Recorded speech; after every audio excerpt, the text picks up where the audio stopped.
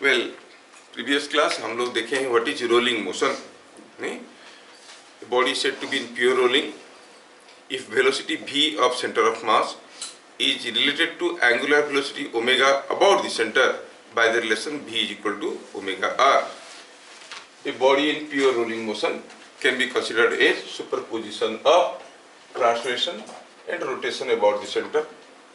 नहीं, अगर rolling motion में कोई भी चीज हमें जरूरत है, हम इस मोशन के लिए निकालेंगे और दोनों को सुपर इम्पोज करके इसके लिए निकाल लेंगे। हम लोग देख चुके हैं कि रोलिंग मोशन में वेलोसिटी ऑफ लोएस्ट पॉइंट 0 है, velocity of highest point is to be twice of the velocity of the center. यहाँ पर एक चीज नोट करने वाली है कि अगर हाईएस्ट पॉइंट का वेलोसिटी दिया है या फिर दोनों पॉइंट का वेलोसिटी दिया है तो सेंटर का वेलोसिटी क्या होता है? It is this plus this by 2v plus 0/2 ऐसे भी कह सकते हैं ना। ये भी एक इंटरप्रिटेशन है, बड़ा हेल्पफुल है, बताएंगे आगे आगे।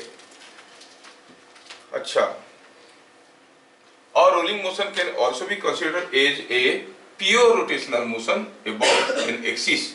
Which axis? इंस्टेंटेनियस एक्सिस, क्योंकि ये पॉइंट तो फिक्स नहीं है ना, आगे मूव कर जाएगा। This is called an instantaneous axis. तुम्हारे कोर्स में नहीं है, लेकिन समझने से एमसीक्यू करने में आसान होता है, ठीक है ना, ओरल करना होता है।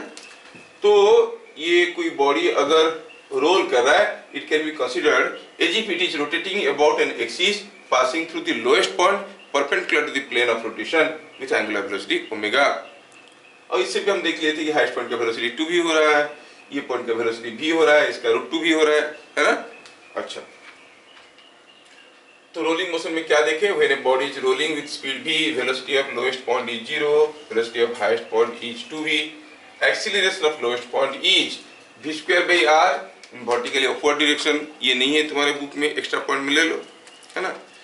बहुत गहराई तक जा सकते हैं। मैं पहले भी बता चुका हूँ कि rotational dynamics is a very difficult chapter if you consider IITG।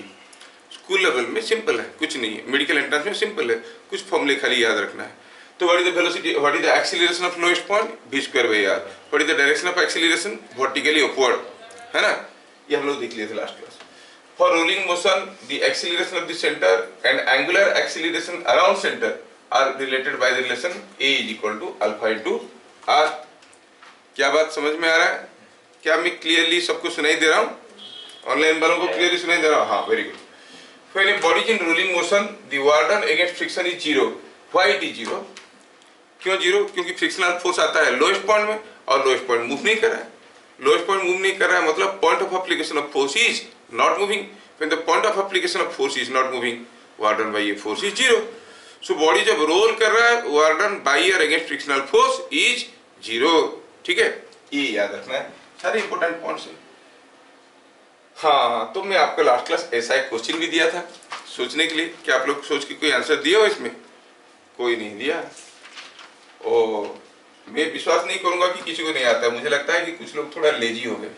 कितने अच्छे अच्छे बच्चे हैं, वो लोग कर सकते थे। क्या कोई ट्राई किया इस क्वेश्चन का आंसर को? दिया है कि हियर इज ए सिलेंडर जिसके ऊपर कोई एक थ्रेड ओन किया गया है और इधर से कोई एक ब्लॉक ऐसे लगा है। जब तक ये सिलेंडर रोल करते हुए यहाँ तक आएगा L डिस्टेंस, ब्लॉक कितना नीचे जाएगा? समझ में आया? ये तो था। अच्छा, सोचो कि ब्लॉक नीचे जा रहा है किसी एक समय पे। मान लेते हैं कि ब्लॉक का वेलोसिटी है v, तो ये एंड पॉइंट का वेलोसिटी कितना होगा? ये भी v में जाएगा, ये भी v में, ये भी v में। ये सारा पॉइंट v स्पीड में ही तो मूव करेंगे। इसका मतलब ये पॉइंट का वेलोसिटी क्या हो जाएगा? v। ये अगर v में जाएगा और ये रोल कर रहा है तो लोएस्ट पॉइंट का वेलोसिटी कितना होगा? सॉरी, ये पॉइंट का वेलोसिटी कितना होगा? v/2 है कि नहीं? v/2 हो गया। अच्छा, तो सोचो कि ये रोल करके L डिस्टेंस जाने के लिए कितना टाइम लगेगा? सॉल्यूशन में क्या लिखेंगे? If velocity of block is v, then velocity of cylinder कितना होगा भैया? v/2। t, time taken by cylinder to move L distance, move a distance L, कितना हो जाएगा, कितना टाइम लगेगा L डिस्टेंस जाने के लिए? अरे उसका स्पीड तो भी v/2 है, तो L डिस्टेंस जाने के लिए कितना टाइम लगेगा? टाइम लगेगा L/v/2, दैट इज 2L/v। उतनी समय में ये कितना दूर जाएगा? वही तो पूछा था, जब तक ये पहुंच जाएगा तब तक ये कितना दूर गया होगा? इसका स्पीड क्या है? v। So distance moved by block, distance moved by block is equal to time into speed, t into v, it is 2L। तो जब तक ये L डिस्टेंस जाएगा ये 2L डिस्टेंस नीचे जाएगा। है ना आसान क्वेश्चन, डिफिकल्ट क्वेश्चन है नहीं। जिनको ये ठीक से समझ में नहीं आ रहा है प्रीवियस वीडियो को देख लो, रोटेशनल डायनामिक्स का, वो पार्ट 4 था शायद, यस पार्ट 4 को देख लेना, रोलिंग मोशन को। चलिए रोलिंग मोशन का रिलेटेड और भी कुछ छोटे छोटे क्वेश्चन देखते हैं।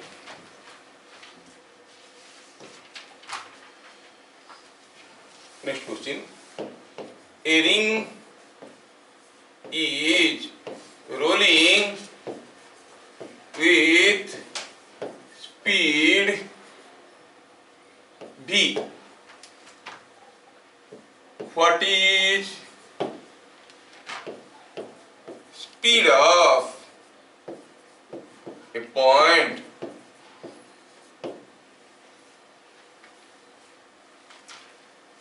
at a height r/2 above ground, r/2 above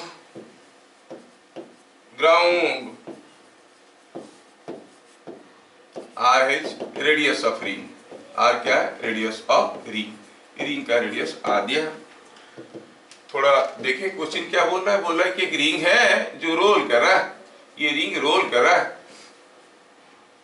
कितना स्पीड में रोल करके जा रहा है? It is moving with speed v,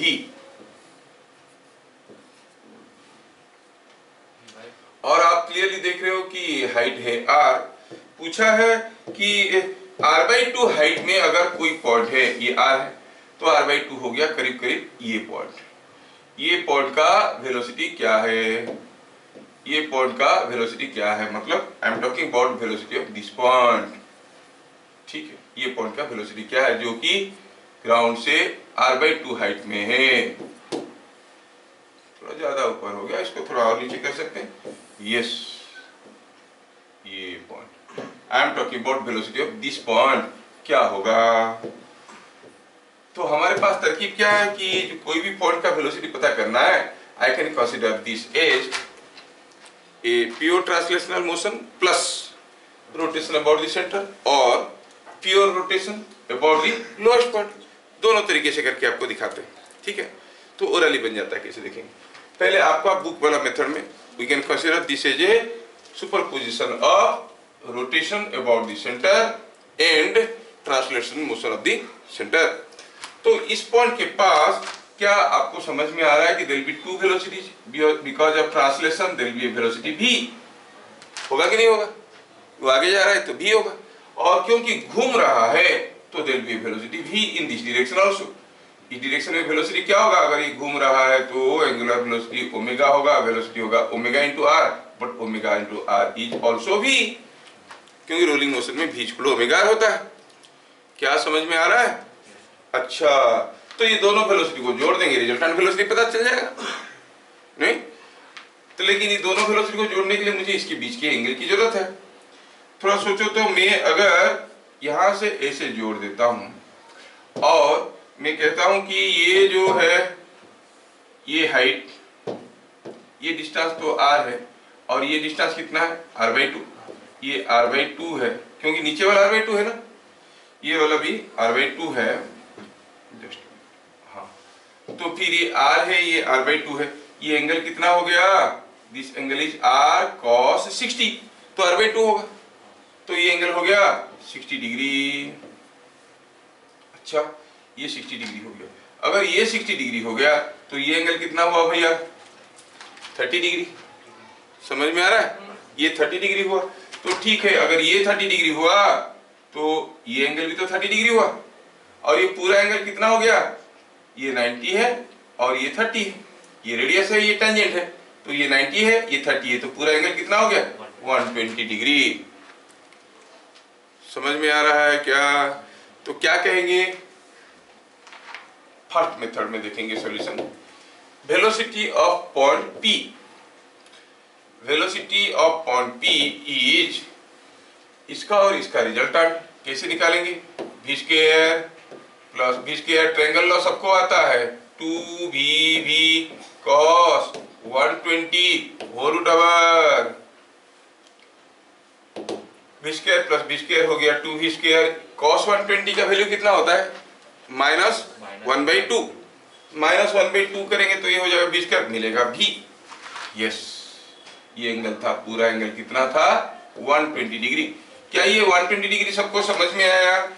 ये थोड़ा डिफिकल्ट पार्ट था समझने में, बाकी उसके बाद और कुछ नहीं है, ट्रायंगल लॉ लगाना है। 120 डिग्री सबको समझ में आया? तो हो गया ये कितना स्पीड हो गया? v, velocity of point P is v। हम इसको कुछ दूसरे तरीके से भी समझ सकते हैं, यूजिंग द सेकंड मेथड। मैं बहुत ज्यादा एलाबोरेटली इसको क्यों नहीं लिख रहा हूँ, क्योंकि स्कूल वाले तो नहीं पूछेंगे ना, तो हमें समझने के लिए थोड़ा टेक्निक चाहिए, सीख गए हम इसमें से। हम रोलिंग मोशन को ये भी कह सकते हैं कि rolling motion is as good as a pure rotation about an axis passing through the lowest point. ये पॉइंट में हम सोचेंगे कि ओमेगा स्पीड में घूम रहा है। हमें पूछा गया है कोई एक पॉइंट यहाँ पर है, उसका स्पीड क्या है? ये पॉइंट कहाँ है? ये पॉइंट को थोड़ा मैं इसे जोड़ूं सेंटर के साथ, ये एक पॉइंट हुआ, ये एक पॉइंट हुआ, और चलो मानते हैं कि ये डिस्टेंस है, ऐसे ध्यान से देखना। मैं क्या करता हूं, अब यहां से एक परपेंडिकुलर ऐसे ड्रॉ कर देता हूं। क्या कोई मुझे बताएगा for calculation of velocity of point P, ये टोटल डिस्टेंस r है, ये निचला आधा कितना है? r/2। ये अगर r/2 हुआ तो ऊपर वाला r/2 हुआ, मतलब ये दोनों एंगल बराबर हुए कि नहीं हुए? हुए ना। अगर ये दोनों एंगल बराबर हो गए, इसका मतलब ये डिस्टेंस r है, तो ये डिस्टेंस भी तो r है। थोड़ा फिगर को बड़ा कर देते हैं, ये बड़ा हो जाए भाई, यस। अगर हम कहेंगे ये डिस्टेंस r है, तो ये डिस्टेंस भी तो r ही है, हुआ ना। Now this is rotating with an angular velocity omega, तो इस पॉइंट का वेलोसिटी क्या हो जाएगा? Omega into r। क्या है वो? v। सीधा पता चल गया। I can consider this rolling motion as a pure rotation about the lowest point. बात समझ में आया क्या? ठीक है।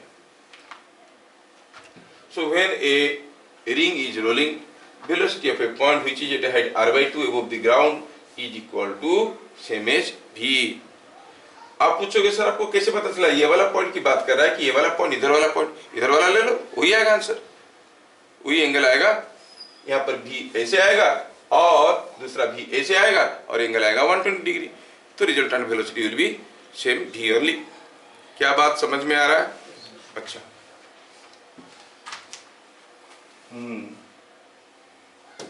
बस समझ में आया, आप प्रूफ करो।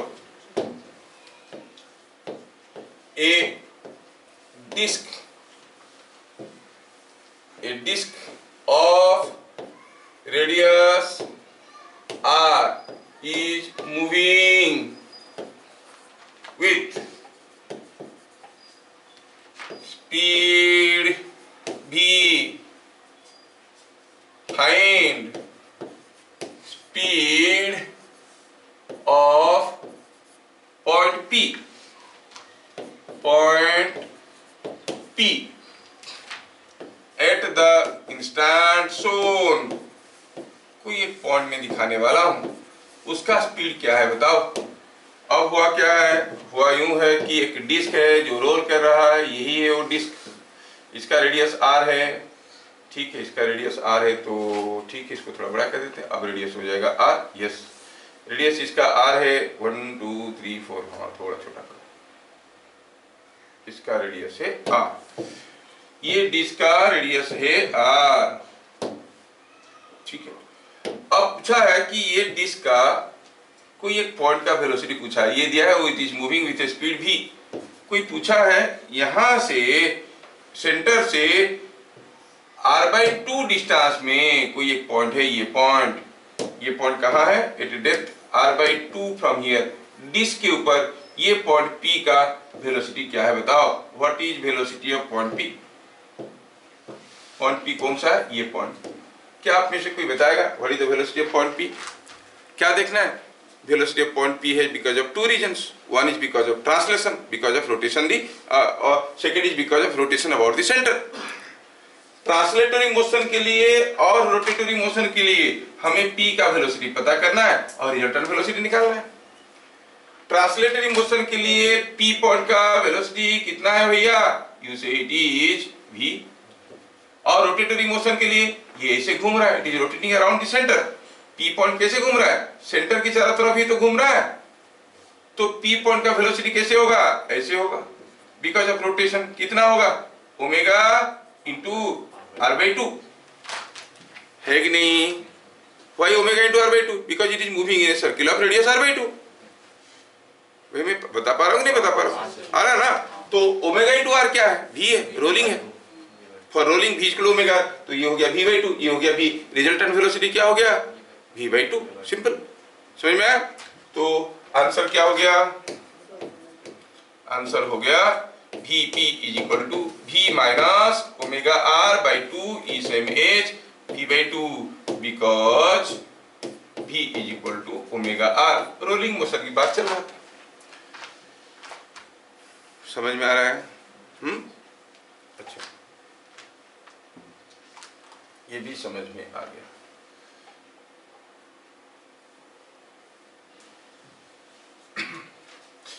Next question,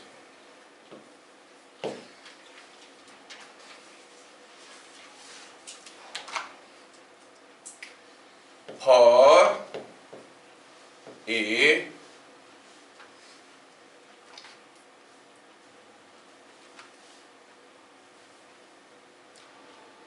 body rolling with speed v, find va minus vb। ऐसा पूछा। कोई एक बॉडी है जो रोल कर रहा है। कैसे रोल कर रहा है? v स्पीड में। ये कोई बॉडी है जो v स्पीड में रोल करते हुए आगे जा रहा है। A क्या है? A is a point here, B is also a point here, and you clearly see as shown in the figure, A and B are two diametrically opposite points. ये हो गया सेंटर। क्या बात समझ में आया? B का और A का वेलोसिटी निकालना है और आपको निकालना है VA minus VB। VA minus VB क्या होता है? Velocity of B minus velocity of A। अब वेलोसिटी ऑफ B निकालो, वेलोसिटी ऑफ A निकालो, लेकिन B कहाँ है मालूम नहीं, A कहाँ है मालूम नहीं है। जो भी हो, B का वेलोसिटी निकालना है, A का वेलोसिटी निकालना है, VB माइनस VA करना है। B का वेलोसिटी को आप कह सकते हो, B के पास क्या वेलोसिटी है भैया? देखो तो थोड़ा अगर ध्यान से देखे तो B के पास दो वेलोसिटी है, because of translation V, because of rotation V। क्या समझ में आ रहा है? ये ओमेगा है but that is equal to V। तो जोर से हाँ जी करोगे तो समझ में आएगा ना? समझ में आया? यस। A के पास दो वेलोसिटी है, एक हुआ V और दूसरा हुआ ओमेगा R, क्योंकि घूम रहा है ना, वो भी तो V है। अब इसका रिजल्टेंट वेलोसिटी से इसका रिजल्टेंट वेलोसिटी को माइनस करेंगे तो ये दोनों तो गए, कैंसिल हो गए, क्योंकि ये दोनों बराबर है। This and this will be cancelled out. बाकी रह जाएगा दिस माइनस दिस। ये इधर जा रहा है V में, ये इधर जा रहा है V में, तो रिलेटिव वेलोसिटी क्या होगा? 0 और 2v। आप इधर जा रहे हो V में, कोई ऑब्जेक्ट इधर जा रहा है V में, what is the relative velocity of one with respect to other? 2v। समझ में आ रहा है क्या? तो आप कहोगे सॉल्यूशन में कहोगे Va minus Vb is equal to 2v। क्या बात समझ में आ रहा है? हाँ, Rutuja, are you able to follow? Yes sir. Yes, बहुत बढ़िया। मैं बहुत ज्यादा डिटेल्स में नहीं लिख रहा हूं क्योंकि समझ में आ गया। Velocity of A minus velocity of B, तो velocity of A is this vector plus this vector, velocity of B is this vector plus this vector, minus करेंगे ये दोनों वेक्टर, दोनों का बराबर है, कैंसिल हो जाएगा, बाकी रहेगा दिस माइनस दिस। तो कितना हो जाएगा 2v। क्लियरली समझ में आ रहा है सबको? बहुत बढ़िया। चलिए दूसरा क्वेश्चन देता हूं। सपोजिंग हम कहेंगे कि यहां पर कोई एक स्पीयर है और चलो मानते हैं कि यहां पर कोई एक डंडा ऐसा प्लैंक है, it is like this and there is a similar plank like this. Suppose हम कहेंगे ये ऊपर वाले प्लैंक को हम खींच रहे हैं विथ ए स्पीड से 4 मीटर पर सेकेंड। नीचे वाले प्लैंक को खींच रहे हैं इधर को विथ ए स्पीड 10 मीटर पर सेकेंड और there is no sliding at the contact points. अब सोचो तो एक डिस्क, एक स्पीयर है या डिस्क के दोनों प्लेट के बीच में, एक प्लेट को इधर धकेल रहे हैं दूसरे को इधर कर रहे हैं, तो बीच का बॉल मूव करेगा कि नहीं करेगा? हम जानना चाहते हैं किधर को मूव करेगा, कितना स्पीड में मूव करेगा। Towards left 3 मीटर पर सेकेंड। यस, देखा थोड़ी देर पहले मैं बताया था, पकड़ लिया है। हम बताए हैं कि वेलोसिटी ऑफ सेंटर, क्वेश्चन में क्या पूछा है, चलो निकालते हैं। फाइंड इफ पहले लिखेंगे, if there is no sliding, if there is no sliding at contact points, no sliding at contact points. Bit number 1, find velocity of C. Bit number 2, if radius of sphere, इसको थोड़ा छोटा कर देते हैं, काफी बड़ा है। yes if radius of sphere is 0.5 meters, find angular velocity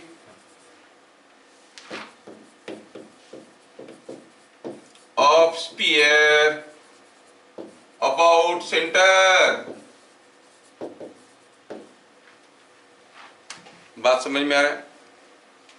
angular velocity 1/2। Clockwise की एंटी क्लॉकवाइज सोचना है। क्लॉकवाइज चलो सोचते हैं सॉल्यूशन। हम कहेंगे velocity of centre is velocity of highest point plus velocity of lowest point by 2। क्या ये बात सबको समझ में आ रहा है? वेलोसिटी ऑफ हाईएस्ट पॉइंट क्या है? 4 है, कॉल इट, इधर को है तो call it positive, it is 4 I cap कह सकते हो। वेलोसिटी ऑफ लोएस्ट पॉइंट क्या है? -10 आई कैप बाय 2। क्या हुआ? इट इज -3 आई कैप, मतलब 3 मीटर पर second in this direction, so it is equal to -3 I cap meter पर second. So velocity of lowest point, velocity of the center is -3 I cap, मतलब 3 meter पर second इन backward direction. नहीं, body roll कर रहा है v speed में, उसका angular velocity पूछा है, तो एंगुलर वेलोसिटी कैसे निकालेंगे भैया? Angular velocity is v by r, velocity of centre by r। Rolling motion में तो वही होता है, v बाई r। v कितना निकल गया 3, r कितना है? r is 0.5, so it is 3 by 0.5 is 6 radian per second. क्या मेरी बात समझ में आया? यस। हाँ, डायरेक्शन कहाँ बताया? अभी इसका डायरेक्शन देखो, -3 आई कैप, मतलब ये इधर जा रहा है, इधर जा रहा है, तो कैसे घूम रहा होगा? ऐसे घूम के जाएगा ना, it must be rotating like this, तभी ना इधर जाएगा। एंगुलर वेलोसिटी कैसा है? Anti clockwise. समझ में आ रहा है? Anti clockwise.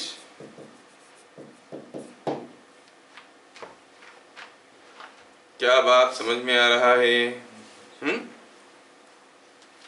अच्छा, चलो नेक्स्ट क्वेश्चन देखते हैं।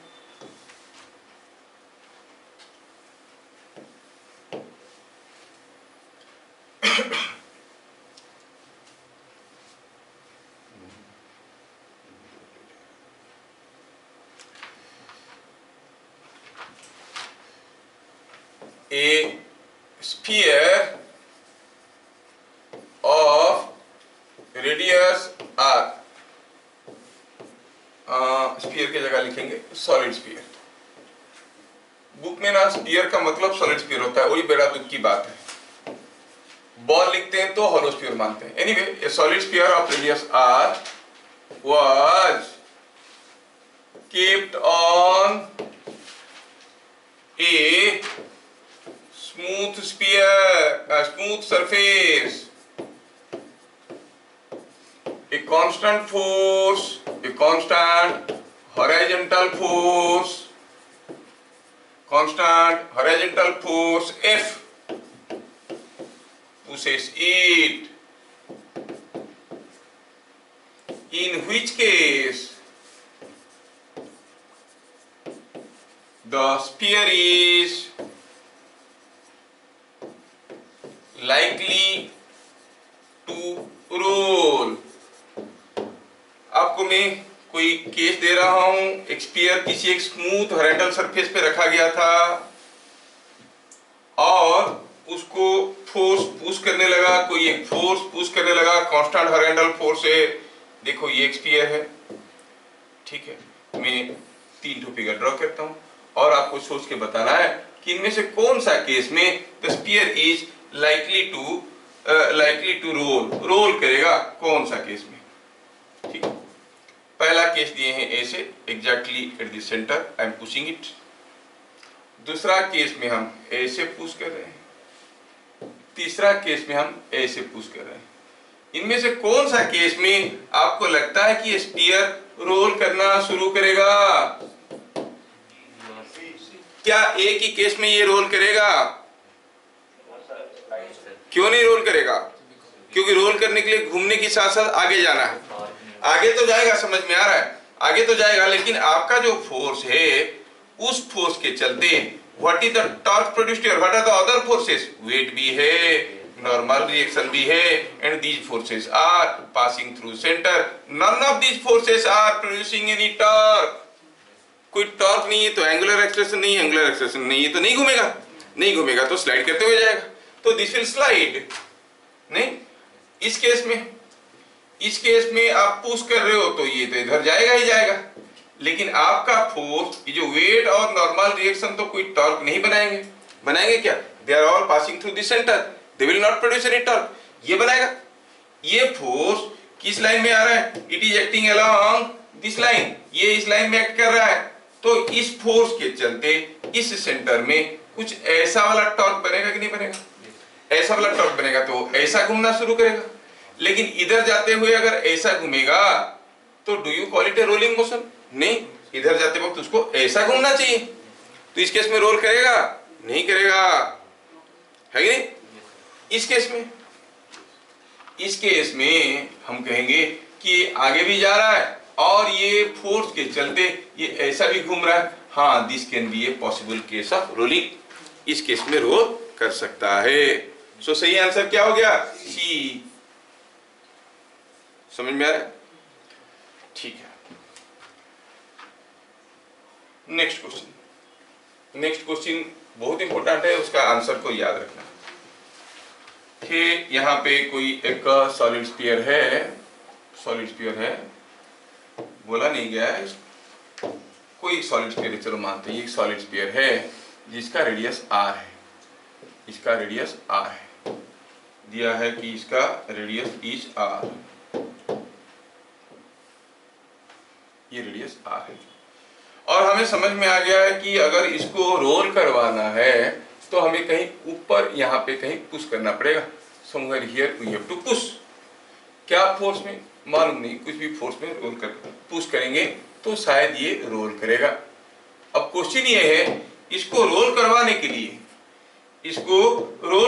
के लिए कितना हाइट में हमें पुश करना चाहिए? At what height we must push it, at what height we must push it. क्या दिया है कि जो फ्लोर है वो स्मूथ है, सेंटर से ऊपर पुश करेंगे तभी रोल करेगा। कितने ऊपर, एग्जैक्टली कितने ऊपर पुश करेंगे तो ये स्फीयर रोल करेगा। फाइंड एच, क्या लिखेंगे क्वेश्चन में ऐसे दिया है, if the solid sphere starts rolling, find h। ये सॉलिड स्फीयर रोल करना शुरू किया, मैं करूंगा। मेथड इंपॉर्टेंट है, स्कूल वाले नहीं पूछेंगे तो आंसर ज्यादा इंपॉर्टेंट है एमसीक्यू के लिए। नहीं, कितना ऊपर पुश करेंगे, ये सॉलिड स्फीयर दिया है, कितने ऊपर पुश करेंगे कि ये रोल करेगा। ठीक है, मैं सॉलिड स्फीयर के लिए कर लूंगा तो हो सकता है कि वो पूछ लेगा आपको डिस्क के लिए, रिंग के लिए, सबके लिए अलग अलग हो जाएगा। Let us make a general expression, कोई भी एक बॉडी का कितने हाइट में पुश करने से वो रोल करता है। ये क्या है, ये सॉलिड स्फीयर हो सकता है, डिस्क हो सकता है, रिंग हो सकता है, हॉलो स्फीयर हो सकता है, कुछ भी हो सकता है।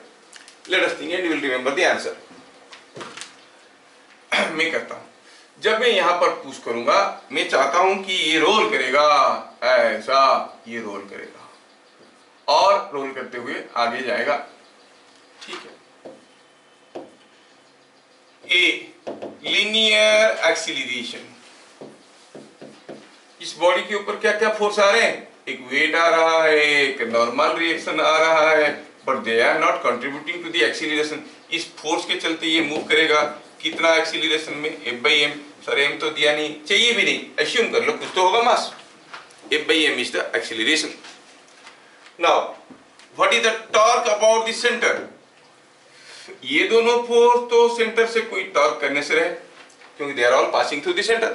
When the line of action of a force passes through the axis, it doesn't produce any torque. Force बनाएगा टॉर्क, फोर्स कैसा टॉर्क बनाएगा, ऐसा क्लॉकवाइज वाला। कितना टॉर्क बनाएगा, force into perpendicular distance of line of action of force from the axis. नहीं तो ये डिस्टेंस कितना है भैया, ये डिस्टेंस कितना है, want to know what is this distance, ये डिस्टेंस कितना है, ये हो गया लाइन ऑफ एक्शन और ये हो गया डिस्टेंस। क्या ये डिस्टेंस आपको समझ में आ रहा है, कितना होगा, h माइनस आर, क्योंकि पूरा हाइट h है, ये r है, तो ये h माइनस आर हो गया। अच्छा, तो torque about centre is f into h minus R हुआ। इस टॉर्क के चलते घूमेगा कौन, ये बॉडी, तो उसका एंगुलर एक्सीलरेशन क्या हो जाएगा, angular acceleration is alpha, formula मालूम है आपको, टाउ बाई आई होता है, टॉर्क बाय इसका moment of inertia about the centre, F into h minus R by I about the centre. आया समझ में, ये बॉडी अभी रोल करेगा, रोल करने के लिए v is equal to omega R होना चाहिए, दोनों तरफ को डिफरेंशिएट करो तो a is equal to R alpha होना चाहिए, पढ़ चुके हैं। For rolling motion v is equal to omega R, differentiate करो तो a is equal to R alpha, तो क्या लिखेंगे, for rolling A must be equal to R alpha. चलिए A हमें मालूम है, वैल्यू डालते हैं सबका, F/m, R हो गया, R अल्फा हो गया ये quantity, so it is F into h minus R by I into R alpha. क्या बात समझ में आया। अब ये जो F अननोन क्वांटिटी था वो कैंसिल हो गया दोनों तरफ से, हमें निकालना था H। थोड़ा सिंप्लीफाई करिए और देखिए h का वैल्यू क्या आ रहा है, मेरे पास स्पेस कम है, आप लोग कर सकते हो। It is 1 plus I by mr square whole into r। देखो तो ये आ रहा है क्या, is it h coming like this, मेरे पास स्पेस कम है तो इसलिए मैं ऐसे लिखा। सिंप्लीफाई करोगे ये आएगा, सबको एक तरफ ले लो, h रखो और इसे सजा के लिखो, यू विल गेट दिस। मेरे पे भरोसा रखो, जो बोल रहा हूँ झूठ नहीं बोल रहा हूँ, कहोगे तो गीता पे हाथ रख के बोल दूंगा, है ना। लिख लो, थोड़ा समय बचाते हैं, आज थोड़ा ज्यादा करना है मुझे। सो इसको सिंप्लीफाई करो तो h को एक तरफ रखो, बाकी दूसरी तरफ लो तो ऐसे आ जाएगा। तो ये हो गया जनरलाइज्ड फॉर्मूला। अगर ये सॉलिड स्फीयर है, I की जगह क्या लिखेंगे, 2/5 mr square, mr square cancel हो गया, 1 प्लस 2/5 इज 7/5 और 7r/5। अगर होलो स्फीयर है, I की जगह लिखेंगे 5/3, नहीं। और अगर ये रिंग है, क्या आपको ओके, हाँ, तो बचपन में कभी वो छोटे से लड़के खेलते थे, वो टायर लेके इसे मार मार के रास्ते में भागते थे ना, साइकिल का टायर लेके, कहां पर मारते थे याद है, एकदम टॉप पॉइंट में मारना पड़ता है, जो खेले होंगे वो जानते होंगे, देखे हो तुम तो, देखते हो, खेल देखने की चीज थोड़ी होता है। फुटबॉल आता है, हाँ आता है, देखा हूं। क्रिकेट फुटबॉल देखने की चीज नहीं होता है, खेलने का होता है। अगर कोई किया होगा तो रोल करवाने के लिए क्या करते हैं, हम उसको हाईएस्ट पॉइंट में मार मार के चलते हैं। सोचो रिंग के लिए क्या होगा, एच का value, that is a ring. Ring के लिए क्या होगा, आई का value M are square, M are square भी एम आर स्क्वायर क्या हो गया 1, 1 + 1 हो गया 2, 2r क्या हाइट में मानना चाहिए 2r, मतलब हाईएस्ट पॉइंट में। मेरी बात समझ में आ रहा है? तो हाईएस्ट पॉइंट में मारेंगे तो वो रिंग रोल करेगा। समझ में आ रहा है? तो रिमेंबर दिस फॉर्मूला, ठीक है। लास्ट क्वेश्चन ऑन रोलिंग, ये क्वेश्चन थोड़ा करते हैं। सपोज हम कहेंगे कि यहाँ पे कोई एक डिस्क है और जिसके ऊपर एक थ्रेड वुंड कर दिया गया है, this thread is wound on the disc. अब जैसे हम ये डिस्क को छोड़ेंगे, क्या ये रोल करते हुए नीचे नहीं आएगा? ये घूमते घूमते नीचे आएगा ना। अगर इसको छोड़ दोगे तो ये घूमते घूमते नीचे आएगा, आएगा कि नहीं आएगा? हाँ, जब वो घूमते घूमते नीचे आएगा, पूछा है बताओ what is the acceleration of the disc. क्या दिया? A thread is wound on a disc if disc is allowed to fall,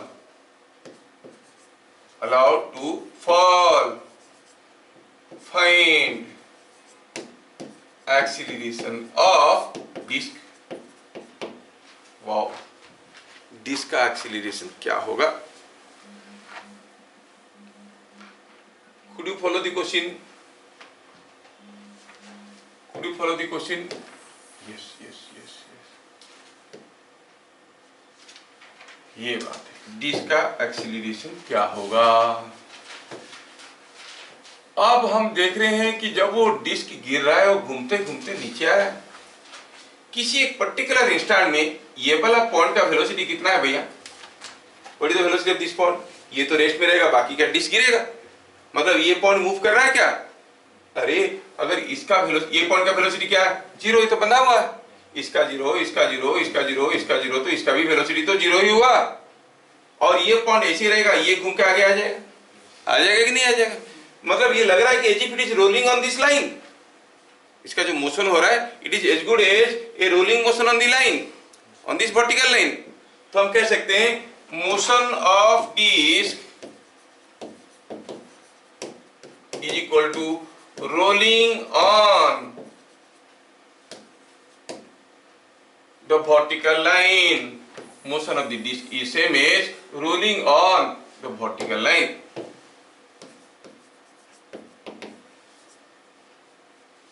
Vertical motion of disc is same as rolling on the vertical line.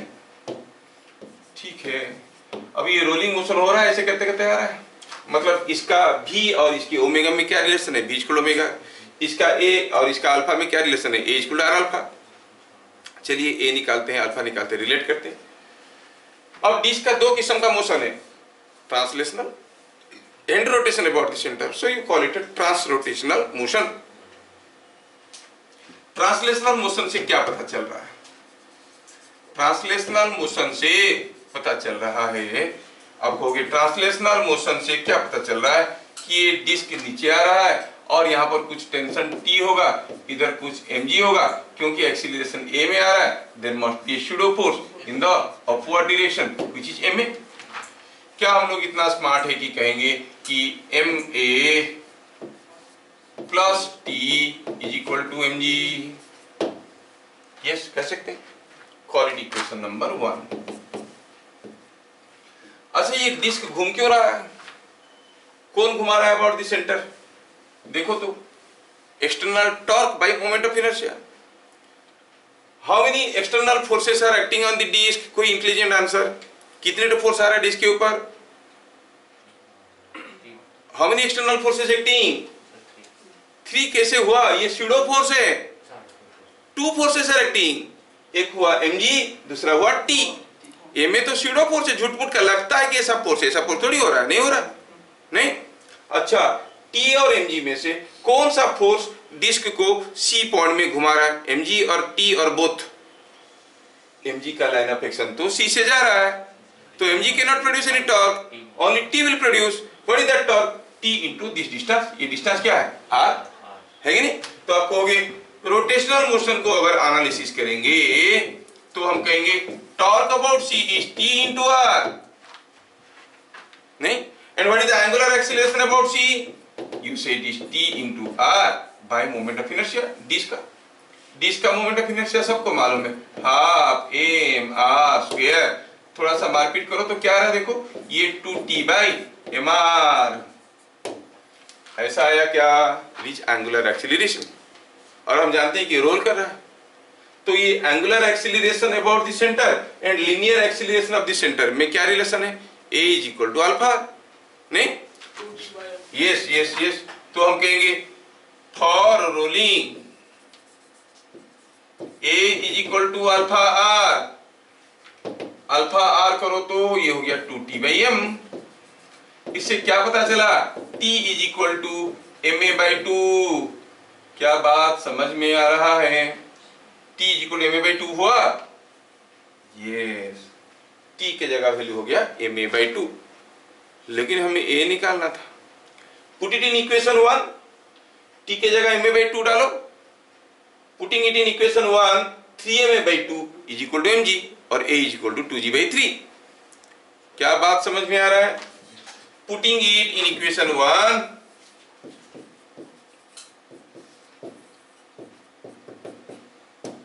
a is equal to 2g by 3.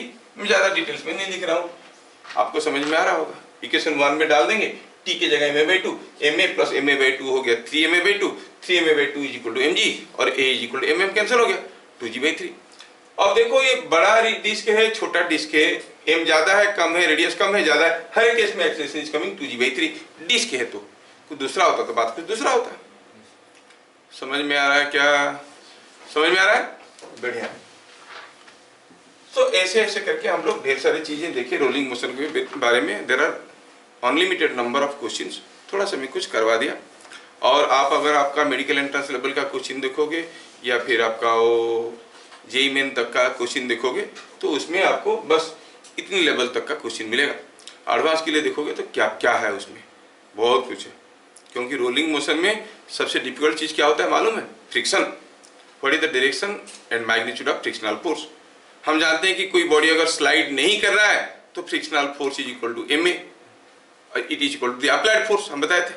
और अगर slide कर रहा है it is equal to limiting frictional force. Rolling में क्या होता है? ना वो स्लाइड कर रहा है ना रेस्ट में. स्लाइड भी नहीं कर रहा है और रेस्ट में भी नहीं है. रेस्ट में होता तो अप्लाइड फोर्स होता, स्लाइड कर रहा होता तो म्यू आर होता. जब रोलिंग कर रहा है वो स्लाइड भी नहीं कर रहा है और रेस्ट में भी नहीं है. बड़ा खतरनाक होता है फ्रिक्शनल फोर्स का मैग्नीट्यूड और डायरेक्शन. समझ में? ठीक है. तो उसको लेके एडवांस वाले पूरा धुआं निकाल देते हैं बच्चों का रोलिंग में. तो हम लोग क्यों धुआं निकाले अपना? हम लोग ऐसे खुशी रहना चाहिए, खुशी वशी में रहने वाले लोग हैं, ज्यादा मेहनत नहीं करेंगे. यहाँ पर एक इंपॉर्टेंट टर्म मैं बताना चाहूंगा जो मैं मिस कर गया था अनफॉर्चुनेटली, रेडियस ऑफ गायरेशन. मुझे ये टर्म का कोई सिग्निफिकेंस समझ में नहीं आता है, फिर भी रेडियस ऑफ गायरेशन इस नेम को बिना पढ़ाए हुए, ये जो क्वांटिटी है physical quantity radius of gyration, इसको बिना पढ़ाए हुए भी रोटेशनल डायनामिक्स पढ़ सकते हैं. एक टर्म बनाया गया काफी कैलकुलेशन आसान करने के लिए कुछ जगह. क्या है ये रेडियस ऑफ गायरेशन? क्या है ये? Radius of gyration of a body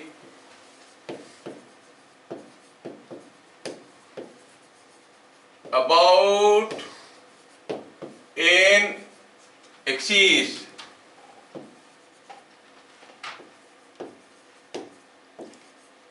is the effective distance from axis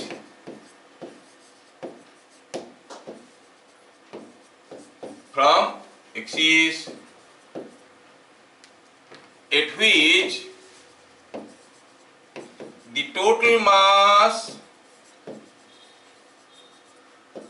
can be assumed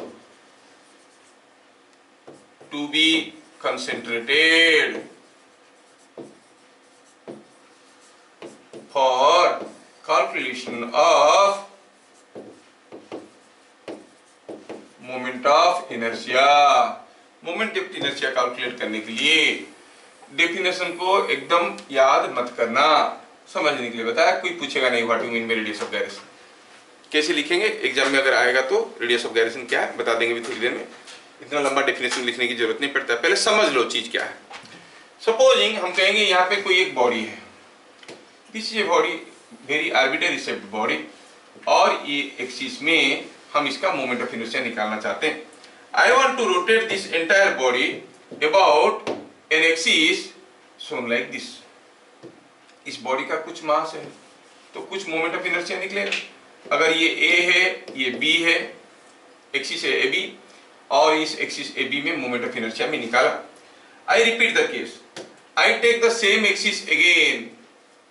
ठीक है, सेम एक्सिस लिया और इसको यहां पर लगाया, और मैं क्या किया, यहां से कुछ, ये है AB, यहां से कुछ डिस्टेंस के डिस्टेंस में मैं एक पॉइंट मास लिया M। अगर M मास का मोमेंट ऑफ इनर्शिया इस एक्सिस में जितना है, इस बॉडी का मोमेंट ऑफ इनर्शिया इस एक्सिस में उतना ही है, तो हम कहेंगे K is called the radius of gyration. थोड़ा इधर फिगर बनाते हैं, यस।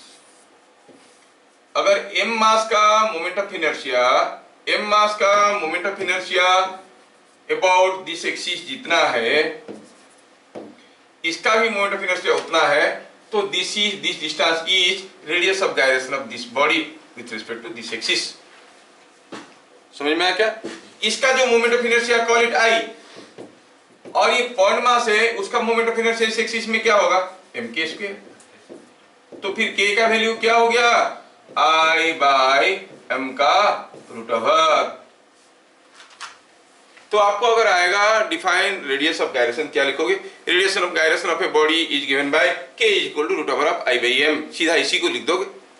फिर I is the moment of inertia body about the axis, m is mass of the body. क्या बात समझ में आया? है कोई इंटेलिजेंट जो मुझे बताएगा k का यूनिट क्या होगा? It is the effective distance. Distance का यूनिट क्या होता है, मीटर। अरे I हो जाएगा समथिंग mr स्क्वायर, तो mm कैंसिल हो जाएगा, तो r स्क्वायर का रूट ओवर r रहेगा, नहीं तो मीटर में आएगा, तो इसका यूनिट क्या हो गया, मीटर। क्या बात समझ में आया? क्या रेडियस ऑफ गायरेशन कोई बॉडी के मास के ऊपर डिपेंड करता है? हाँ sir, k equal to I by m, m के ऊपर डिपेंड करता है। अरे नहीं, I के अंदर भी तो एक m होगा, वो m कैंसिल हो जाएगा। k is independent of m, लेकिन इसका साइज के ऊपर डिपेंड करता है, शेप के ऊपर डिपेंड करता है। तो क्या लिखेंगे, k is independent of mass but depends on size, shape and size and axis of rotation, है ना। क्या लिखेंगे, k is independent of m, ठीक है, k is independent of m and depends on shape of the body with respect to the axis of the body, axis of rotation of the body, जो axis में घूम रहा है उस axis और body का शेप कैसा है। क्या मेरी बात समझ में आ रहा है? हाँ, मैं अगर आपको एक छोटा सा क्वेश्चन पूछता हूं, हियर इज ए पूछा है, ऐसा दिया है, एक रिंग है, क्या मास, कुछ जानकारी नहीं दिया, एक रिंग है और यहाँ पे कोई एक एक्सिस ऐसा है, और क्या दिया है, और दिया ये है कि इसमें ये डिस्टेंस r है और ये डिस्टेंस r/2 है, सॉरी ये डिस्टेंस r/2 है। चलो ये भी r है, वो भी r है, दोनों r ले लेते हैं, ये r है, ये r है, ये रिंग है। Find radius of gyration of ring about A B ये है, चलो मानते हैं। सॉल्यूशन में क्या कहेंगे, k is root over of I by m, I मतलब IAB बाई m। लेकिन रिंग का मास नहीं दिया है, don't worry, assume it to be m। अगर इसका मास m है, कोई मुझे बताएगा रिंग का मोमेंट ऑफ इनर्शिया इस एक्सिस में कितना होगा? प्रीवियस क्लास हम लोग किए। Here what is IAB? सोचो और बताओ। पहले देखो कि रिंग का इस एक्सिस में होता था m r स्क्वायर, होता था कि नहीं होता था? अच्छा, रिंग का अबाउट ए डायमीटर कितना होता था? अगर ये हुआ ID तो ये भी होगा ID, 2ID is m r square, ID was half m r square, था कि नहीं? Yes, it was half m r square. ये इक्वल टू 3r। 3r आ रहा है, देखते हैं। It is coming half m r square, ये हाफ m r स्क्वायर है, तो इस एक्सिस में कितना होगा? It is half m r square. कौन सा थ्योरम लगा रहे हैं? प्लस m इंटू ये डिस्टेंस 2r, डिस्टेंस कितना है? 2r का mh square, parallel axis theorem. ये हो गया 4mr स्क्वायर, ये 0.5mr square, 4.5mr square is 9mr square by 2, it is 9mr square by 2। क्या बात समझ में आ रहा है? हड़बड़ी में गड़बड़ी। सर इतना जल्दी जल्दी समझ में नहीं आता, जल्दी जल्दी समझ में तब आएगा जब आप घर में थोड़ा प्रैक्टिस करके आओगे। हर क्लास में पुराना चीज को फैलाते रहेंगे तो आगे कहां बढ़ेंगे? पूरा गीता सुनाने के बाद अर्जुन भी श्री कृष्णा से वही पूछा था, क्या आप इतने बड़े बड़े चीज बोलो, कोई ऐसे कर सकता है? हाँ कर सकते हैं। अभ्यास है नुतु कौनतेय, जो अभ्यास करेगा, प्रैक्टिस करेगा, हर चीज वो कर सकता है। थोड़ा प्रैक्टिस करना जरूरी है ना, नहीं तो नहीं बनेगा। थोड़ा प्रैक्टिस करोगे तो फटाफट मोमेंट ऑफ इनर्शिया निकाल पाओगे। आया समझ में? 9mr square by 2। अब बताओ k का वैल्यू क्या हो गया? ऊपर ऊपर नीचे गया, m रह गया 3 by root 2 into r, 3r by root 2। तो ऐसे कोई भी बॉडी का किसी भी एक्सिस में मोमेंट ऑफ इनर्शिया निकालना अगर आता है, root over of I by m करो, रेडियस ऑफ गायरेशन आपको पता चल गया। Is that clear? हाँ, चलिए आगे बढ़ते हैं। कितने सारे चीज हम लोग देख लिए। अभी देखेंगे next important article, work energy and power in rotational motion. Translatory motion में वर्क का फॉर्मूला सबको आता है, work done bye a force is given bye F dot S if F is constant, if not constant तो क्या करते थे हम लोग? F डॉट ds का इंटीग्रेशन, है कि नहीं? और अगर फोर्स लिनियरली वेरी करे डिस्प्लेसमेंट के साथ तो initial force plus final force by 2, mean force into displacement, ऐसे करते थे, है कि नहीं? यहाँ पर भी सारे फोर्स की जगह क्या लेना है हमें? टॉर्क। लीनियर डिस्प्लेसमेंट की जगह एंगुलर डिस्प्लेसमेंट। समझ में आया? अच्छा, तो work energy and power in rotational motion.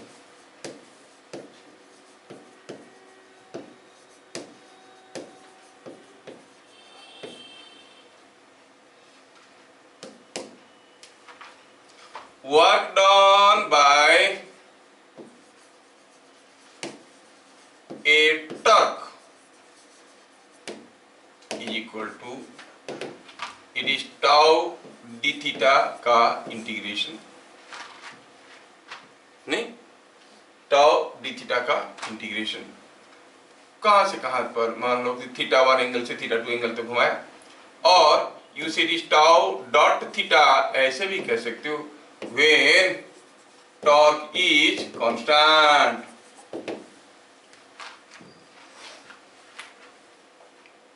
समझ में आ रहा है? Torque is constant, tau dot theta, ऐसे करके निकाल सकते हैं, ठीक है। अगर वो torque is due to your force तो that work done is by you, the torque is due to gravity तो वर्क डन बाय ग्रेविटी। समझ में आ रहा है? ऐसा। अच्छा, point number 2, for a body in pure rotation, कोई बॉडी अगर प्योर रोटेशन में है तो क्या आप मुझे बता सकते हो रोटेशनल काइनेटिक एनर्जी क्या होना चाहिए? You smart people, linear kinetic energy क्या होता था? Half M V square. Half M V square को ट्रांसलेट करो, हाँ रोटेशन में एम के जगह आई, वी के जगह omega, it is half I omega square. समझ में आ रहा है? कैसे हुआ चाहे तो हम वो भी बता देंगे, लेकिन क्यों चाहिए आपको? कैसे हुआ? होता है ना? Rotational kinetic energy is half I omega square. नहीं, वर्क एनर्जी थ्योरम वहां पर भी हम लोग देखे थे। क्या देखे थे? Work done on a body is equal to gain in kinetic energy. हाँ, ये भी यहां पर भी एप्लीकेबल है। जब वर्क करोगे काइनेटिक एनर्जी बढ़ेगा। नहीं, पावर का क्या फॉर्मूला था आखिर में? पावर वहां पर था F डॉट V, यहां पर क्या होगा? F का एनालोगस क्वांटिटी क्या है? फोर्स का टॉर्क, और V का omega. So power is tau dot omega. Vector form में ये पॉजिटिव आ सकता है, नेगेटिव आ सकता है। क्या बात समझ में आ रहा है? ये सब चीजों को हम लोग कर सकते हैं। चलो कोशिश करके देखते हैं। ध्यान रहे कि जो kinetic energy half I omega square, कब? जब कोई बॉडी रोटेशनल मोशन में, लीनियर मोशन में होता तो क्या कहते हैं? Half M V square. नहीं, अगर ट्रांसरोटेशनल है तो देखेंगे रोटेशनल मोशन के लिए क्या काइनेटिक एनर्जी है, ट्रांसलेशनल मोशन के लिए क्या काइनेटिक एनर्जी है। काइनेटिक एनर्जी स्केलर क्वांटिटी है, दोनों को जोड़ दो, टोटल काइनेटिक एनर्जी मिल जाएगा। खैर, उसमें हम आएंगे। अभी हम बात कर रहे हैं कि रोटेशनल मोशन का, प्योर रोटेशनल मोशन का बात करें। तो अगर आपको ये सारा फॉर्मूला याद रह गया तो चलो तो 2-3 छोटे छोटे क्वेश्चन करते हैं। क्वेश्चन नंबर 1 क्या कह रहा है? यहां पर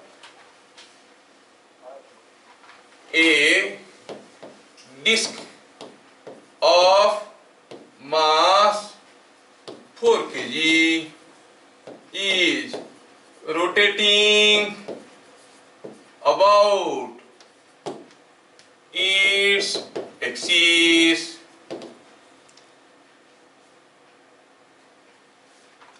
with a speed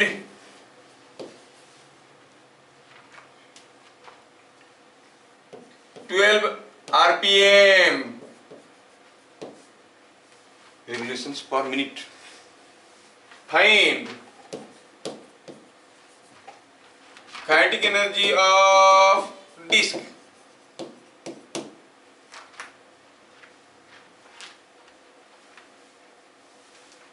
समझ में आ रहा है? Given radius of disk is 1 meter, 0.1 metre ले लो, 1 मीटर, छोटा, कैलकुलेशन आसान हो जाएगा। कोई डिस्क है वो अपना एक्सिस में घूम रहा है, इट स्पीड 12 रिवोल्यूशंस पर मिनट, है ना? तो सॉल्यूशन देखें, number of revolutions it is 12 RPM. क्या सर्कुलर मोशन वाला कहानी याद है? ओमेगा क्या था? 2 पाई n बाई 60, याद है क्या? नहीं, एक रिवोल्यूशन में कितना एंगल घूमता है? 2 पाई। n रिवोल्यूशन में कितना घूमेगा? 2 पाई n, वो भी 60 सेकंड में, 1 मिनट में। तो एंगुलर स्पीड हो गया 2 पाई n बाई 60, है कि नहीं? 2 पाई n बाई 60 करो तो क्या आ रहा है वैल्यू? देखो तो is it coming 2 pi n के जगह लिखेंगे 12 by 60, is it coming 2 pi by 5, yes 2 pi by 5 radian per second, radian per second. तो मिल गया angular velocity of the disc 2 pi by 5 radian per second. What is I? I is for a disc half M R square. m कितना दिया है? 4 kg, half ये 4 into 1 का square, so it is 2 kg metre square. Kinetic energy, ये rotational kinetic energy है, तो half I omega square वाला formula लिखेंगे। Half I omega square is 4 pi square by 25, unit होगा जूल्स, यूनिट होगा joules. समझ में आया क्या? So it is coming out to be 4 pi square by 25। Numerical के लिए याद रखो pi square is equal to 10, pi square का वैल्यू 10 के बराबर होता है, ठीक है। पाई स्क्वायर इज 10 हो गया तो 40 बाई 25 इज 8 बाई 5 जूल्स। समझ में आया? और पाई स्क्वायर बाई 25 करके छोड़ देना, 4 पाई स्क्वायर बाई 25 जूल्स। क्या बात समझ में आया? नेक्स्ट क्वेश्चन,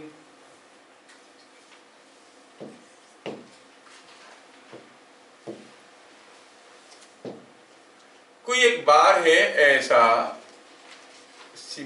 और ये कोई एक दूसरा सिमिलर बार है, दोनों एक जैसे हैं।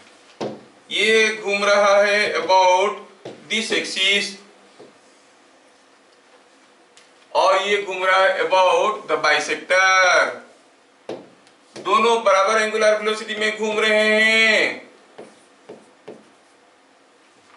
दोनों बराबर एंगुलर वेलोसिटी में घूम रहे हैं।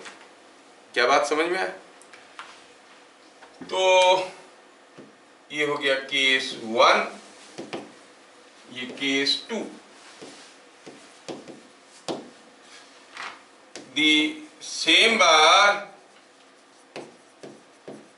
is rotated about two different axes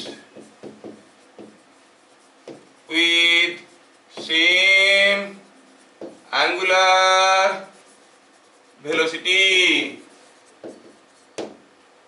Find ratio of kinetic energy in the two cases. दोनों केस में काइनेटिक एनर्जी का रेशियो बताओ। कितना सिंपल है, ये तो कोई भी बता देगा। Kinetic energy in the first case by kinetic energy in the second case. First case में होगा half I1 omega square, sir 4:1। Yes you are correct, half I2 omega square. Omega omega गए घर, I1 बाई I2।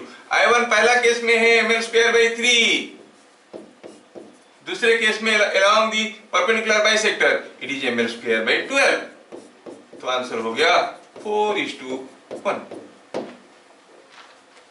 क्या बात समझ में आ रहा है? ये बात है, दोनों केस में हमें काइनेटिक एनर्जी पता चल गया। थोड़ा और डिफिकल्ट बनाते हैं।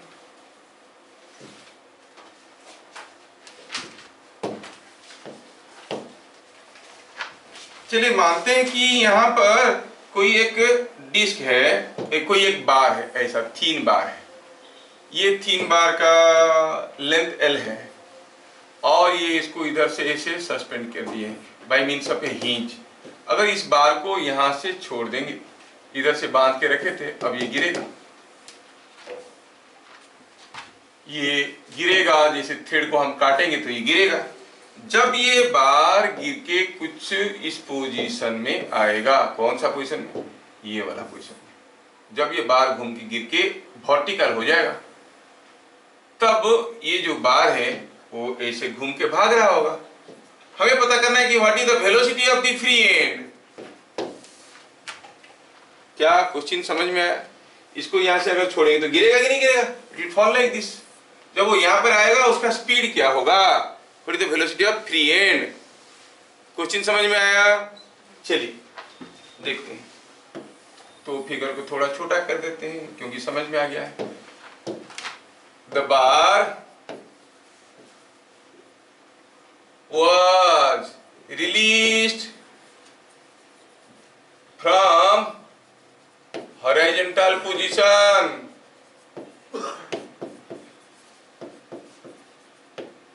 Find speed of free and, जो एंड फ्री है, by the time bar becomes vertical. जब तक ये बार वर्टिकल हो जाएगा तो बताओ फ्री एंड का वेलोसिटी क्या होगा।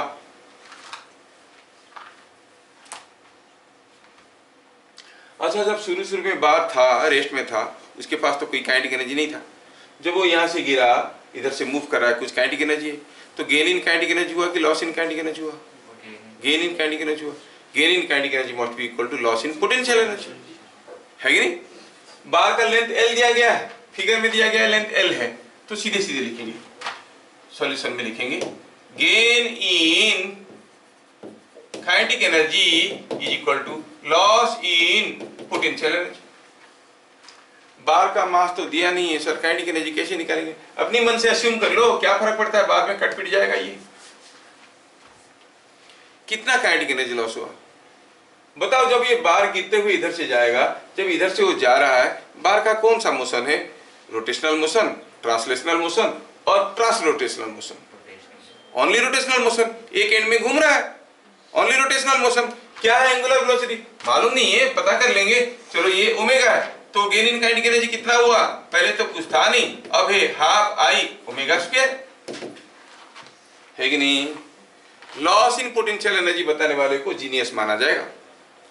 Loss in potential energy is work done by gravity, that is mg into displacement of point of application of mg in the direction of mg। mg कहां पे आ रहा है? mg आ रहा है सेंटर पे, नहीं? तो जब ये यहां से यहां पर आया, इस डायरेक्शन में कितना आया सेंटर ऑफ ग्रेविटी? L/2। क्या बात समझ में आ रहा है? Centre of gravity has come down by L/2। Is it understood? तो it comes out to be mg L/2। क्या ये बात सबको समझ में आया? पहले बताओ, सेंटर ऑफ ग्रेविटी कितना नीचे आया? L/2 नीचे आया। वर्क डन बाय ग्रेविटी कितना हुआ? mg × L/2। Is that clear?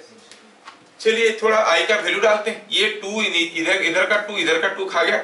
आई का वैल्यू, ये तो बार है और एक एंड में घूम रहा है, मोमेंट ऑफ इनर्शिया कितना होगा? ml²/3 into omega square is equal to mg/L। ये m गए, क्या मिल गया यहां से? ओमेगा का value, it is coming out to be 3g/L का रूट ऑफ, है कि नहीं? So the angular velocity of the bar when it becomes vertical is equal to √3g/L। लेकिन वो नहीं पूछा था, क्या पूछा था? Find the speed of free and, भी पूछा है। क्या ये फ्री एंड किसी सर्कुलर पाथ में जा रहा है? हाँ, उसका रेडियस क्या है? L। एंगुलर वेलोसिटी ये, तो v equal to omega r वाला फॉर्मूला सबको आता है, नहीं? तो v speed of free end is omega into radius of the circle. Radius कितना है? L है, so it is coming √3gl। So the velocity of free end will be √3gl। क्या बात समझ में आ रहा है ना? आसान तो है।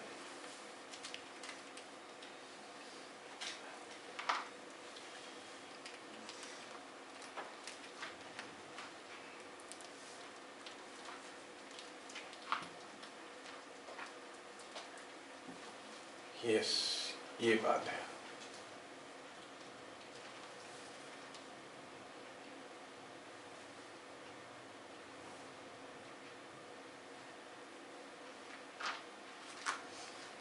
आया समझ में? अगला क्वेश्चन,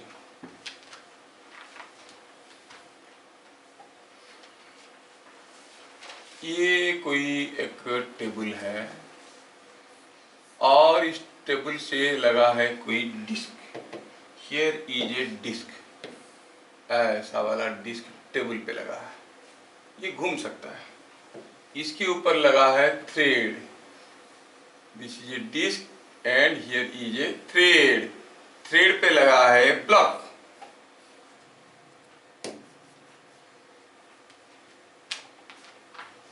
समझ में आया? ऐसा किया और और ये जो है डिस्क, इस डिस्क का रेडियस आपको दिया है और ये रेडियस है r, चाहिए नहीं मैं दे दिया r, और इसका मास है m। तो क्या होगा, ये ब्लॉक अभी नीचे जाएगा, जाएगा ना। जब ये ब्लॉक नीचे जाएगा ये डिस्क घूमेगा। पूछा है कि ब्लॉक जब x नीचे जाएगा ब्लॉक का स्पीड क्या होगा, what will be speed of the block when it goes down by A distance x। Question समझ में आ रहा है? आपको लग रहा होगा कि बहुत डिफिकल्ट क्वेश्चन है, नहीं है, पहली बार कर रहे हो तो इसे लग रहा है, थोड़ा सोचेंगे, क्लू देंगे तो आप पक्का कर लोगे। क्या है क्वेश्चन? बस क्वेश्चन में ये लिखा है, in figure shown find speed of block when it descends or goes down by a distance x। दोनों का मास m है, मैं कैलकुलेशन आसान होगा बोल के दोनों का मास m दिया। ठीक है, ठीक है। जब ये ब्लॉक नीचे जाएगा भाई ये डिस्टेंस ax, तो उसके पास कुछ वेलोसिटी होगा, वो स्पीड कितना है वही पूछा गया है। अगर ये ब्लॉक मूव कर रहा है v स्पीड में, अगर ये ब्लॉक मूव कर रहा है v स्पीड में, तो ऑब्वियस है कि थ्रेड भी v स्पीड में मूव कर रहा होगा। When this block is moving with speed v, ये थ्रेड का ये वाला पॉइंट v में जा रहा होगा, ये v में, ये v में, ये v में, और इसका वेलोसिटी क्या होगा, v तो होगा। और ये घूम रहा होगा तो उसके कुछ एंगुलर वेलोसिटी भी होगा। क्या v और ओमेगा में कोई रिलेशन आपको आता है? हाँ आता है, v इक्वल ओमेगा, क्योंकि रोटेट कर रहा है, नहीं v इक्वल ओमेगा है। ठीक है, तो मैं कुछ ऐसे लिखूंगा, आप लोग मेरा मदद करना। जब ये डिस्क नीचे, ब्लॉक नीचे गिरा तो पोटेंशियल एनर्जी लॉस हुआ। किसका लॉस हुआ? डिस्क का लॉस हुआ कि ब्लॉक का लॉस हुआ? ब्लॉक का लॉस हुआ। डिस्क तो अपनी जगह लटका हुआ है। ब्लॉक गोज डाउन, निराकार, ब्लॉक गोज डाउन। तुम उधर देखोगे तो कैसे होगा, ब्लॉक भाग जाएगा। इधर देखोगे ना, हाँ, ब्लॉक गोज डाउन बाय ये डिस्टेंस x। अगर ब्लॉक x नीचे गया तो लॉस इन पोटेंशियल एनर्जी हुआ।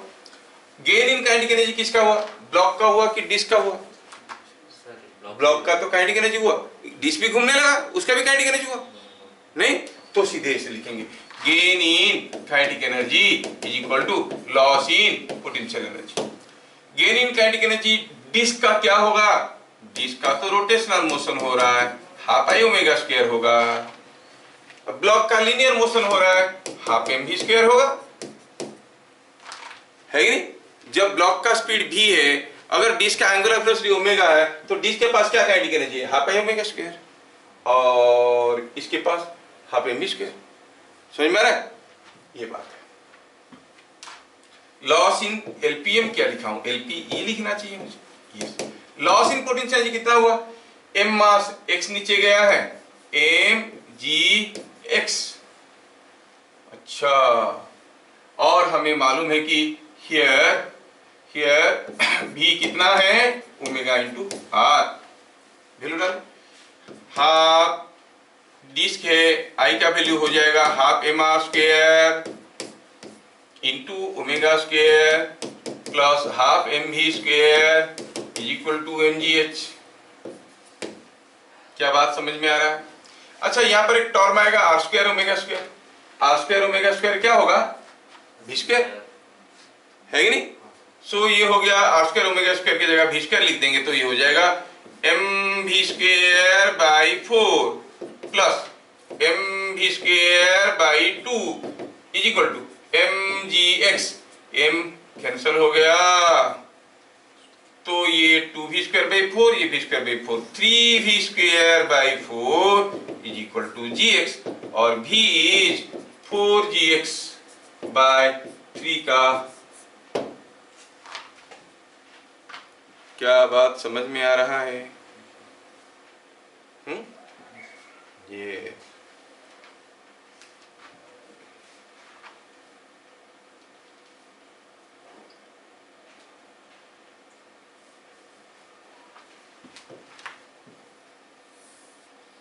क्योंकि चैप्टर को डिफिकल्ट माना जाता है, तो इस चैप्टर में स्कूल वाले तो ऑलमोस्ट कोई भी कुछ नहीं पूछते, एक दो क्वेश्चन पूछते हैं सिंपल सिंपल सा, लेकिन वो बाकी एंट्रेंस वाले तो पूछते रहते हैं।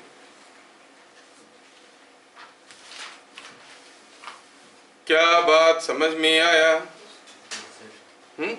तो कोई बॉडी अगर रोटेशनल मोशन में है, उसका काइनेटिक एनर्जी निकालना, पावर निकालना, वर्क निकालना, वो सारे जनरल फॉर्मूला हमें समझ में आ गया। ठीक है। कोई बॉडी अगर ट्रांसलेशनल मोशन में है, हाँ तब तो और भी आसान है, वर्क निकालना आता है, F.S और F.ds का इंटीग्रेशन नहीं, और kinetic energy half M B square, वो सारी चीज़ हमें आता है, पावर होता है F.V। अगर कोई बॉडी ट्रांसरोटेशनल मोशन में है, घूमते घूमते आगे जा रहा है, से रोलिंग मोशन, घूमते घूमते आगे जा रहा है, so let us see how to calculate the kinetic energy in case of rolling motion. ठीक है। तो अब देखेंगे हम लोग अगला चीज, काइनेटिक एनर्जी, यही आर्टिकल बहुत इंपॉर्टेंट है सारे एंट्रेंस और स्कूल वालों के लिए। Kinetic energy in rolling motion, rolling motion में काइनेटिक एनर्जी पता करवाना है। तो हम कहेंगे कि जब कोई बॉडी रोलिंग मोशन में है, ये कोई एक बॉडी है जो रोल कर रहा है यहाँ पे, और इसको यहाँ पे ले आओ, इसको it is superposition of this two motions. अगर हम कहेंगे कि ये बॉडी अगर रोल कर रहा है तो ऐसा हुआ, तो आप कहोगे इसके पास ट्रांसलेटरी मोशन है और इसके पास रोटेटरी मोशन है और इसके पास दोनों है। तो this motion plus this motion is equal to this motion, we have understood, और it is a pure rotation about an instantaneous axis passing through the lowest point. ध्यान से देखना बेटा, आपका स्कूल लेवल में, मेडिकल एंट्रेंस लेवल में, JEE main level में भी काफी हद तक रोटेशनल मोशन का कोई न्यूमेरिकल मतलब रोलिंग मोशन का होता है। अभी हम दूसरा वाला पार्ट सोच चुके हैं, समझ चुके हैं कि what is a rolling motion. Now we are talking about kinetic energy in rolling motion. ठीक है। तो इस पार्ट पे ज्यादा फोकस करके क्वेश्चन देते हैं। तो ये जो ऐसा मोशन है, उसके चलते जो काइनेटिक एनर्जी है उसको हम लीनियर काइनेटिक एनर्जी बोलेंगे, और यहाँ पर जो काइनेटिक एनर्जी है ये तो घूम रहा है, so will call it rotational kinetic energy, और यहाँ पर जो काइनेटिक एनर्जी है वो क्या है, rolling kinetic energy. So rolling kinetic energy is sum of linear kinetic energy and rotational kinetic energy. और kinetic energy is scalar quantity, तो इसका निकालो उसका निकालो, सिंपली ऑर्डिनरी ऐड कर दो। ये 10 जूल निकला और 2 जूल निकला, 10 + 2 12 जूल हो गया rolling kinetic energy. Vector quantity होने से वेक्टोरियली ऐड करते। लीनियर काइनेटिक एनर्जी कितना, तो ये जो स्टेटमेंट में लिखा हूं इसको मैं कह सकता हूं कि हाफ mv², ये v में जा रहा है, ये ओमेगा में घूम रहा है, plus half i⍵² is equal to rolling kinetic energy. So rolling kinetic energy is half mv² plus half i⍵²। इसी चीज को थोड़ा मैं दूसरे तरीके से लिखना चाहता हूं समझा के, rolling kinetic energy is equal to half mv² plus half i⍵²। Same चीज को दोबारा लिखा हूं, कोई एक्स्ट्रा नहीं लिखा हूं। इसमें से जबरदस्ती आप हाफ mv² बाहर ले लो, सर इसमें नहीं, ले लो, अगर ले लोगे तो डिवाइड हो जाएगा, कोई चीज कॉमन नहीं है, ले लोगे तो डिवाइड हो जाएगा। तो ये हो जाएगा 1 और ये हो जाएगा हाफ गया i⍵² बाई mv²। और हमें मालूम है कि जो v है और ये जो ओमेगा है उनमें रिलेशन क्या है, v equal to omega because it is rolling motion. तो ये v² की जगह हम ω²r² लिख सकते हैं, और ω² कैंसिल हो जाएगा। What will find, it is coming half mv² into 1 plus i by mr²। क्या ऐसा वाला टर्म थोड़ी देर पहले कहीं देखे थे? यस। कितने हाइट में पुश करने से जाएगा? अब आगे चल के देखोगे रोलिंग मोशन में ये वाला टर्म का बहुत ज्यादा सिग्निफिकेंस है। चलो इस टर्म को एक नाम दे देते हैं, let us call it beta. ये पूरा टर्म को नाम दे देंगे बीटा। तो क्या लिखेंगे, kinetic energy in rolling motion is equal to half mv² beta where what is beta? Beta is 1 plus I by mr square. तो किसी भी बॉडी के लिए बीटा निकालना है तो हम निकाल सकते हैं। आई मालूम है about the centre by mr square। मान लो कि कोई सॉलिड स्फीयर के लिए, सॉलिड स्फीयर के लिए क्या होगा? सॉलिड स्फीयर, कोई सॉलिड स्फीयर रोल कर रहा है, बीटा कितना हो जाएगा? 1 plus 2/5 mr square by mr square is equal to 7/5। अब ये छोटा सॉलिड स्फीयर हो या बड़ा सॉलिड स्फीयर हो कोई फर्क नहीं पड़ता, सॉलिड स्फीयर है तो बीटा इज 7/5। कोई solid sphere of mass m v velocity में रोल कर रहा है, kinetic energy half m v square beta, beta की जगह 7/5 डालो। नहीं, अच्छा आप लोग खुद बताओ अभी, कोई हॉलो स्फीयर के लिए बीटा कितना होगा? कोई रिंग के लिए बीटा कितना होगा? कोई डिस्क के लिए बीटा कितना होगा? हॉलो स्फीयर के लिए 1 प्लस 2/3 हो गया 5/3, सो इट इज 5/3। रिंग के लिए बीटा हो गया, आई का जगह हो जाएगा mr स्क्वायर पे mr स्क्वायर हो गया 1 प्लस 1 इज 2, सो रिंग के लिए बीटा इज 2। और डिस्क के लिए तो आपको ये सारे values orally at the tip of the tongue must be available with you. क्या मेरी बात समझ में आ रहा है? अब कोई भी बॉडी रोल कर रहा है, काइनेटिक एनर्जी निकाल रहा है, half m v square beta. क्या मेरी बात समझ में आ रहा है? यस। कोई बॉडी रोल कर रहा है तो जो काइनेटिक एनर्जी है it is half m v square beta. समझ में आया? हाँ, बढ़िया। तो अगर इतना बढ़िया समझ में आ रहा है तो हम किसी दूसरे तरीके से भी करके देखते हैं, कुछ क्वेश्चंस भी करके देखते हैं। A solid sphere and a disk, both of same mass,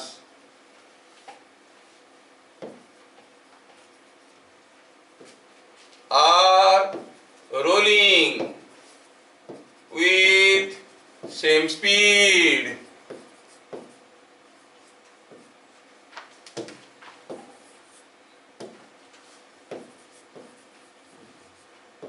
Find ratio of their kinetic energy। दोनों का मास बराबर है, स्पीड बराबर है, काइनेटिक एनर्जी का रेशियो बताओ। अब बोलो हाफ m v स्क्वायर दोनों का बराबर है। नहीं, रोलिंग कर रहा है। नहीं, लीनियर मोशन होता तो काइनेटिक एनर्जी बराबर होता। मास और स्पीड बराबर होने की बावजूद काइनेटिक एनर्जी अलग अलग होगा क्योंकि उनका बीटा वैल्यूज आर डिफरेंट, है कि नहीं? तो कहेंगे कैसे निकालेंगे, सॉल्यूशन करेंगे। हाँ बोलो। 1.4 let us see 1:4 let us see. No sir 1.4 14/10 14/10 कोई बोल रहा है। चलो देखते हैं सॉल्यूशन में। Kinetic energy of solid sphere by kinetic energy of disc, so ये हो गया half m v square beta for solid sphere by half m v square beta for disc. ये दोनों तो गए 14/15। Yes 14/15 fine. Beta for solid sphere क्या है? अभी थोड़ी देर पहले देखे थे। बीटा फॉर सॉलिड स्फीयर हम लोग निकाल चुके हैं। सॉलिड स्फीयर के लिए 7/5 था और डिस्क के लिए 3/2, so it is coming out to be 7/5 divided by 3/2, it is coming out to be 14/15।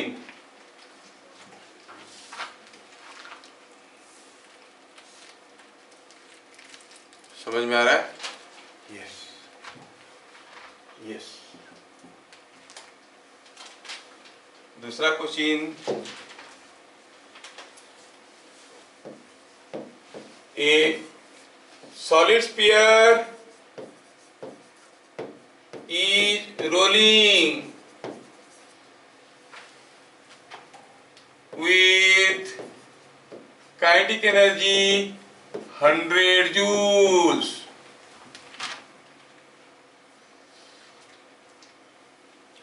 Find linear kinetic energy of sphere. Total kinetic energy दिया है, लीनियर काइनेटिक एनर्जी पूछा है नहीं? यस यस यस, आप कर सकते हो। कोई बॉडी रोल कर रहा है, रोलिंग में जो काइनेटिक एनर्जी होता है वो है half mv² beta, that is given 100 500/7 joule. Yes, तो लीनियर काइनेटिक एनर्जी क्या हो गया? Linear kinetic energy is only half mv², तो इट इज 100 बाई बीटा, और बीटा फॉर सॉलिड स्फीयर आपको मालूम है 7/5, so it is coming out to be 7/5 है तो 500/7 जूल्स। कुछ याद रखना पड़ेगा, beta for solid sphere is 7/5।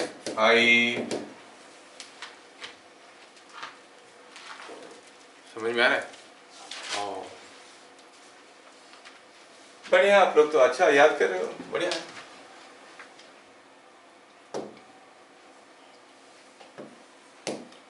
When a disk is rolling,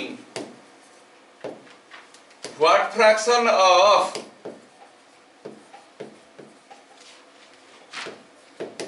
total kinetic energy is rotational?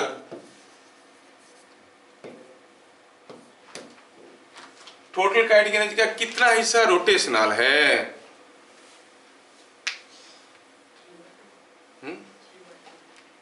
3/2? मुझे नहीं लग रहा है। What fraction of total kinetic energy rotational, मतलब पूछा है उसका rotational kinetic energy by rolling kinetic energy का रेशियो कितना है।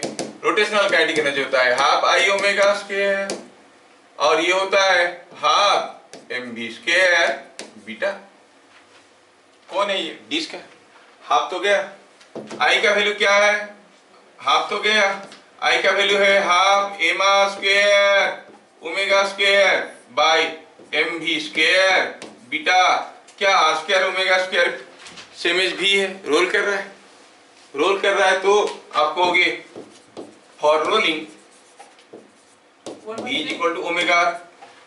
हाँ देखो, तो ये हो गया mv², तो ये r²⍵² क्या हो गया? v²। ये mv² कैंसिल हो गए, क्या बच गया? 1/2 बीटा, और बीटा फॉर डिस्क क्या होता है? 3/2, सो इट इज कमिंग 1/3। क्या हुआ? बाद में निकला, लेकिन निकला ना, समझ में आ रहा ना? Yes, so you find it is coming out to be 1/3।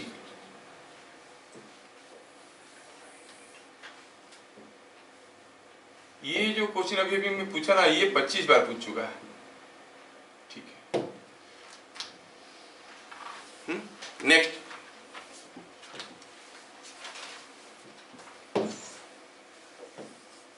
for which of following bodies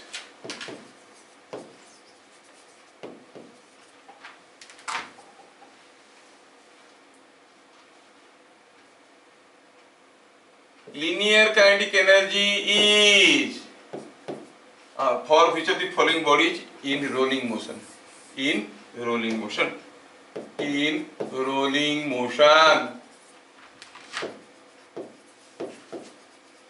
the linear kinetic energy is equal to rotational kinetic energy. Linear kinetic energy is equal to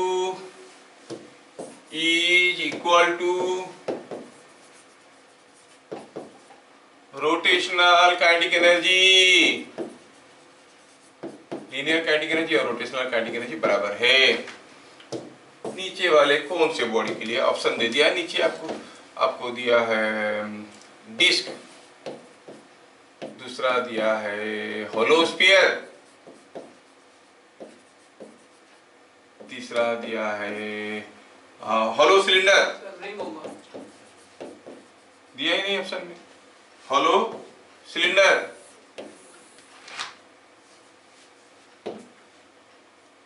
चलो तुम लोग आसान कर देते हैं, hollow cylinder को भगा दिए। सॉलिड स्फीयर डी हो गया रिंग। हाँ क्या होगा आंसर? चलो ठीक है, बता दिया युवराज ने। Linear kinetic energy equal to rotational kinetic energy. You know half mv square is linear kinetic energy, that is equal to half I omega square। Roll कर रहा है तो v का वैल्यू ओमेगा r है,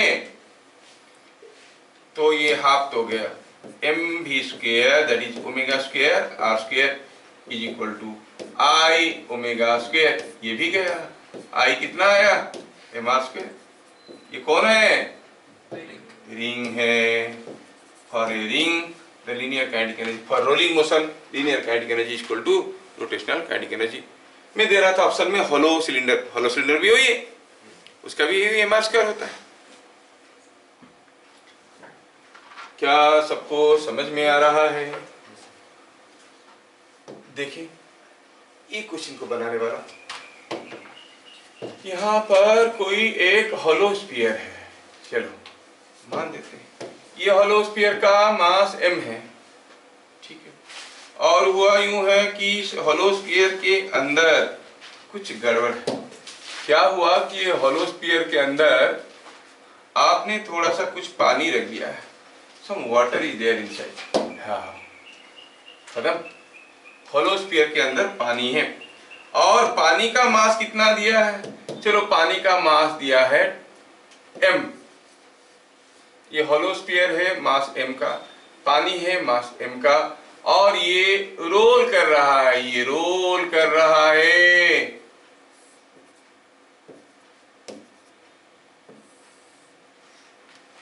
क्वेश्चन क्या है? The hollow sphere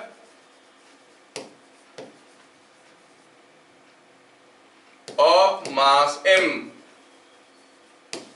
rolls with water of mass m in it, दोनों का मास बराबर है। Find kinetic energy.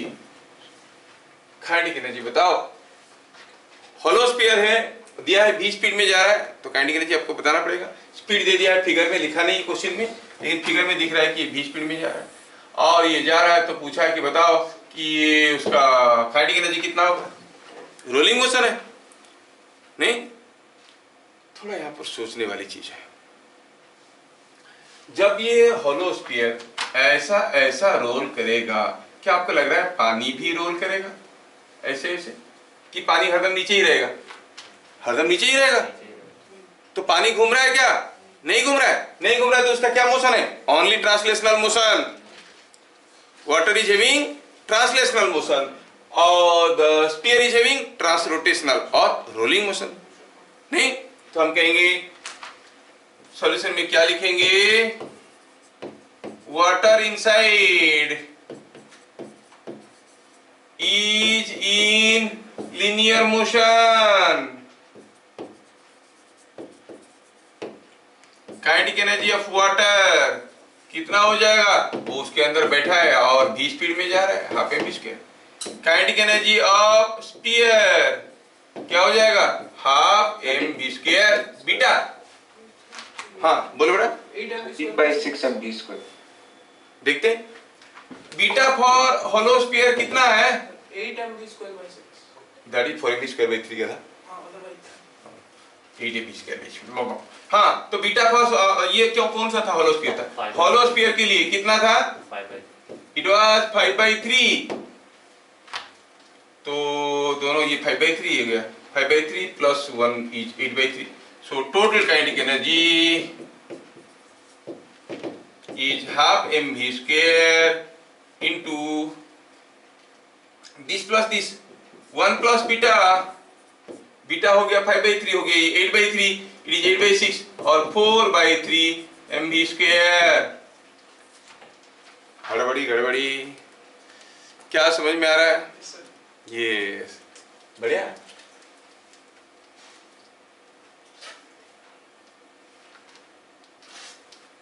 सामने बेंच की फास्ट लड़की, उसको कोई स्टैचू कर दिया है तो पूरा बैठ गया। देखो ये देखो कोई बोल दिया स्टैचू, देखो कैसे बैठी।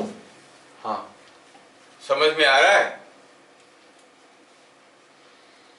इधर इतना लड़कियां क्यों कम है? मोदी जी चिल्ला रहे हैं लड़की बढ़ाओ लड़की बचाओ, लड़की बढ़ाओ, लड़की भगाओ यहाँ से, कोई कुछ नहीं। हाँ बोलो बेटा। Beta is 1 plus IMR square or 1 plus I by MR square is beta. Hmm. So why we are taking 1 plus beta there? अरे my dear, kinetic energy of water, kinetic energy of sphere, total kinetic energy पानी का भी है sphere का भी है। समझ में आया? पूछा है काइनेटिक एनर्जी मतलब ये रोल कर रहा है, उसके अंदर पानी भी तो जा रहा है। हम नहीं पूछेंगे kinetic energy of sphere, kinetic energy of the system. Yes. आ गया समझ में? It is 4/3 mv²। चलिए ये क्वेश्चन बनाइए। आज की क्लास में थोड़ा सा ज्यादा स्पीड में दिया, कुछ लोगों को तकलीफ हो रहा होगा, झंडू बाम लगाना, वीडियो को दोबारा देख लेना, ठीक है? When disk falls by a distance x, find its speed। खत्म कहानी। डिस्क के बारे में कुछ भी नहीं दिया। जब वो नीचे गिरा है x, तब उसका स्पीड कितना होगा? नीचे आएगा तो स्पीड होगा, धीरे धीरे स्पीड बढ़ेगा। क्या कोई बता सकता है ये डिस्क जिसके ऊपर थ्रेड वूंड किया गया है, अगर इस डिस्क को मैं यहां से गिराता हूं तो ये डिस्क का कैसा मोशन होगा? Linear motion, rotational motion, transrotational motion, कौन सा? अभी थोड़ी देर पहले किए थे। It is as good as rolling on this vertical line, है कि नहीं? मतलब ये अभी रोल करते हुए नीचे आने वाला है ऐसे। तो पूछा कि जब वो x आएगा उसका स्पीड कितना होगा? कर सकते हैं क्या? क्यों नहीं कर सकते? Loss in potential energy equal to gain in kinetic energy, नहीं? हाँ, तो हम कहेंगे gain in kinetic energy is equal to loss in potential energy. Sir इसका मास वगैरह कुछ तो दिया नहीं है, तुमको क्या चाहिए ले लो एम अपनी मर्जी से। ये रोल कर रहा है, disc is rolling when it has come down by distance x, उसका स्पीड क्या है पूछा है, तो स्पीड क्या होगा? Half m v² beta. ना m मालूम है ना v मालूम है, हाँ बीटा मालूम है, बीटा फॉर डिस्क। ये क्या है? डिस्क है, ये डिस्क है। डिस्क के लिए बीटा कितना होता है? 1 plus I by MR square, that is 1 plus half, that is equal to 3/2।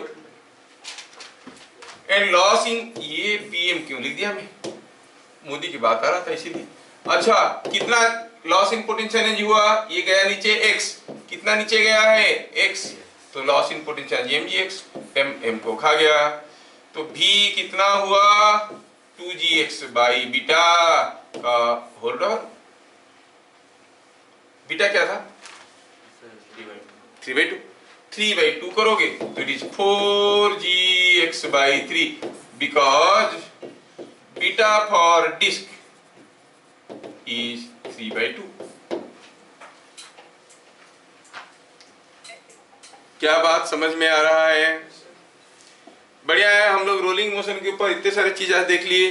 थोड़ा क्लास का डेंसिटी ज्यादा था क्योंकि मैं जल्दी जल्दी पढ़ाया थोड़ा। Please repeat the video, 2x speed में एक बार रिपीट कर लो, चीजें समझ में आ जाएगा।